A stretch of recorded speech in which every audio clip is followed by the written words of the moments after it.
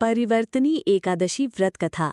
जय श्री कृष्ण भक्तों। ओम नमो भगवते वासुदेवाय नमः। युधिष्ठिर कहने लगे कि हे भगवान, भाद्रपद शुक्ल एकादशी का क्या नाम है, इसकी विधि तथा इसका महात्म्य कृपा करके कहिए। तब भगवान श्री कृष्ण कहने लगे कि इस पुण्य, स्वर्ग और मोक्ष को देने वाली तथा सब पापों का नाश करने वाली उत्तम वामन एकादशी का महात्म्य मैं तुमसे कहता हूँ, तुम ध्यानपूर्वक सुनो। ये पद्मा परिवर्तनी एकादशी जयंती एकादशी भी कहलाती है। इसका यज्ञ करने से वाजपेयी यज्ञ का फल मिलता है। पापियों के पाप नाश करने के लिए इससे बढ़कर कोई उपाय नहीं।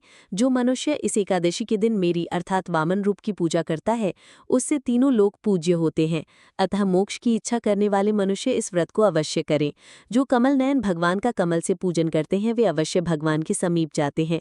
जिसने भाद्रपद शुक्ल एकादशी को व्रत और पूजन किया, उसने ब्रह्मा विष्णु सहित तीनों लोकों का पूजन किया। अतः हरिवासर अर्थात एकादशी का व्रत अवश्य करना चाहिए। इस दिन भगवान करवट लेते हैं, इसलिए इसको परिवर्तनी एकादशी भी कहते हैं। यह एकादशी जयंती एकादशी भी कहलाती है। इसका यज्ञ करने से वाजपेयी यज्ञ का फल मिलता है। पापियों के पाप नाश करने के लिए इससे बढ़कर कोई उपाय नहीं। जो मनुष्य इस एकादशी के दिन मेरी अर्थात वामन रूप की पूजा करता है, उससे तीनों लोग पूज्य होते हैं। भगवान के वचन सुनकर युधिष्ठिर बोले कि हे भगवान, मुझे अति संदेह हो रहा है कि आप किस प्रकार सोते और करवट लेते हैं तथा किस तरह राजा बलि को बांधा और वामन रूप रखकर क्या क्या लीलाएं की। चातुर्मास के व्रत की क्या विधि है तथा आपके शयन करने पर मनुष्य का क्या कर्तव्य है, सो आप मुझसे विस्तार से बताइए। श्री कृष्ण कहने लगे कि हे राजन, अब आप सब पापों को नष्ट करने वाली कथा का श्रवण करें। त्रेपा युग में बलि नामक एक दैत्य था। वह मेरा परम भक्त था। विविध प्रकार के वेद सूक्तों से मेरा पूजन किया करता था और नित्य ही ब्राह्मणों का पूजन तथा यज्ञ के आयोजन करता था। लेकिन इंद्र से द्वेष के कारण उसने इंद्रलोक तथा सभी देवताओं को जीत लिया। इस कारण सभी देवता एकत्र होकर सोच विचार कर भगवान के पास गए। बृहस्पति सहित इंद्राजिक देवता प्रभु के निकट जाकर और नतमस्तक होकर वेद मंत्रों द्वारा भगवान का पूजन और स्तुति करने लगे। अतः मैंने वामन रूप धारण करके 5वां अवतार लिया और फिर अत्यंत तेजस्वी रूप से राजा बलि को जीत लिया। इतनी वार्ता सुनकर राजा युधिष्ठिर बोले कि हे जनार्दन, आपने वामन रूप धारण करके उस महाबली दैत्य को किस प्रकार जीता। श्री कृष्ण कहने लगे, मैंने वामन रूपधारी ब्रह्मचारी बलि से 3 पग भूमि की याचना करते हुए कहा, ये मुझको 3 लोक के समान है और हे राजन, ये तुमको अवश्य ही देनी होगी।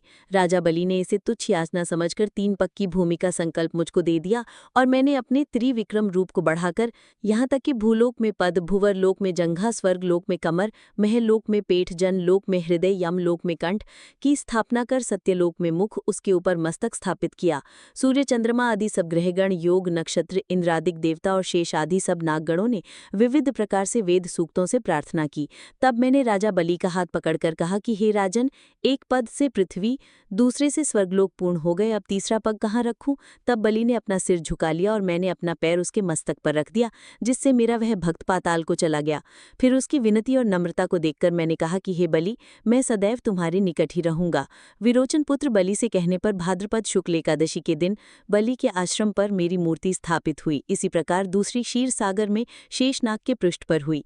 हे राजन, इस एकादशी को भगवान शयन करते हुए करवट लेते हैं, इसलिए तीनों लोगों के स्वामी भगवान विष्णु का उस दिन पूजन करना चाहिए। तांबा, चांदी, चावल और दही का दान करना उचित है।